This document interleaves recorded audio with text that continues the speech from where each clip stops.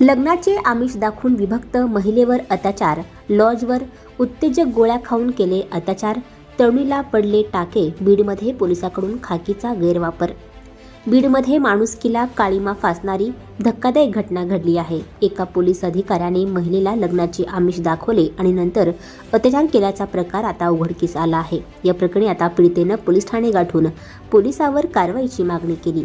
घडलेल्या घटनेनुसार पीडित महिला ही 2022 पासून पतीपासून विभक्त राहत होती.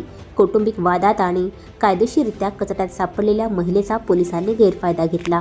मी पोलीस असून तुला कोर्टाच्या कामात न्याय मिळवून देण्याचे आमिष दाखवले असा विश्वास पीडितेला दिला होता.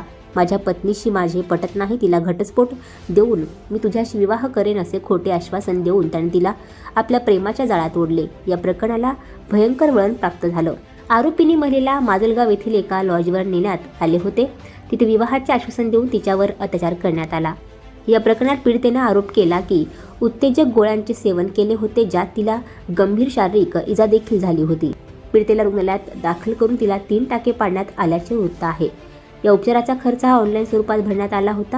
आता या गुन्ह्यात महत्त्वाचा तांत्रिक पुरावा मानला जात आहे. पीडितेनं या सर्व प्रकरणानंतर लग्नासाठी तगादा लावला तेव्हा आरोपीने तिला धमकावण्यास सुरुवात केली.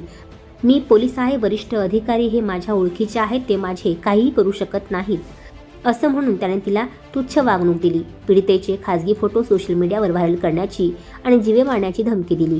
यासोबतच तिला नंतर जातीवाचक शिवीगाळ देखील करण्यात आली. या प्रकरणात कर्मचाऱ्याकडून होणाऱ्या त्रासाला कंटाळून पीडितेनं कायदेशीर कारवाई करून लढा दिला. तिने या प्रकरणी लग्नाचे आमिष दाखवून तिच्यावर लैंगिक अत्याचाराचा प्रयत्न केला.